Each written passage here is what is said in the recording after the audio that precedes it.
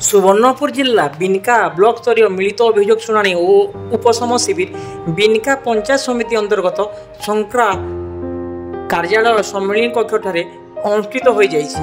अतिरिक्त जिलापाल सुवर्णपुर श्री राजेन्द्र माझी और आरक्षी अधीक्षक श्री नारायण नायक जुग्म अभियोग शुणाणी शिविर में योगदान करी जनसाधारण विभिन्न आपत्ति और समस्या निहित सरमोट 187 गोटी पंजीकृत अभियोग दरखास्त ग्रहण करथिले। तन्मध्यरु 167 गोटी दरखास्त व्यक्तिगत रहितबा बेले 20 गोटी सामूहिक दरखास्त करा जायतिला। समस्त सामूहिक और व्यक्तिगत अभियोग दरखास्त गुड़ी निर्दिष्ट समय मध्य समाधान करने संपृक्त विभाग अधिकारी को प्रदान करा जायछि।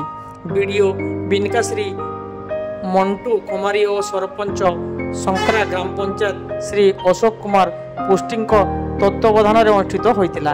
यह जुग्म अभियोग शुणाणी रे अतिरिक्त जिलापाल साधारण सुवर्णपुर श्रीमती अंजलिना प्रधान, मुख्य उन्नयन अधिकारी तथा निर्वाही अधिकारी जिला परिषद सुवर्णपुर श्री अश्विनी कुमार मेहर, भारप्राप्त उपजिलापाल सोनपुर तथा डेप्यूटी कलेक्टर श्री सत्य सुंदर राउत समेत तहसीलदार बिनका सुश्री रोशना भई तथा विभिन्न जिला स्तरीय अधिकारी, तहसील और ब्लॉक स्तरीय अधिकारी, कर्मचारी वृंद समेत जिला पंचायत अधिकारी तथा जिला सूचना और लोकसंपर्क अधिकारी सुवर्णपुर श्री अर्जुन माझी सहित विभिन्न संवादपत्र, सांबादिक और वैद्युतिक गणमाध्यम प्रतिनिधि माने योगदान करथिले।